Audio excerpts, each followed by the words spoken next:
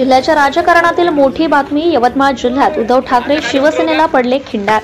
वणीचे माजी आमदार विश्वास नांदेकर शिवसेना शिंदे गटात प्रवेश। सविस्तर वृत्त।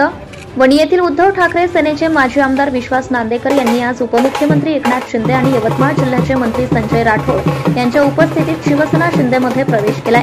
प्रवेशाचा हा सोहळा अप्रतिम देवगिरी बंगल्यावर संपन्न झाला।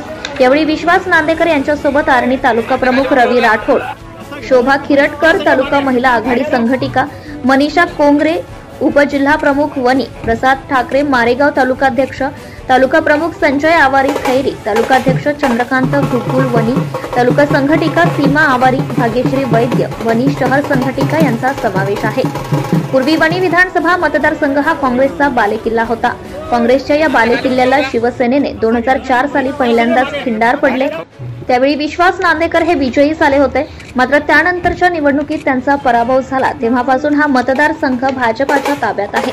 2024च्या विधानसभा निवडणुकीत विश्वास नांदेकर यांनी महायुतीला बाजूला सारून काँग्रेसचे बंडखोर संजय खाडे यांना खुलेआम मदत केली होती। तेव्हापासून नांदेडकर पक्षापासून अलिप्त होते। अखेर आज त्यांनी शिवसेना फारकत देत शिंदे यांच्या शिवसेनेत प्रवेश केला।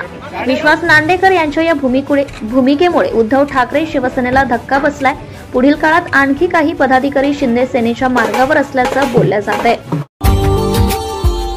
Subscribe now and press the bell icon. Never miss an update.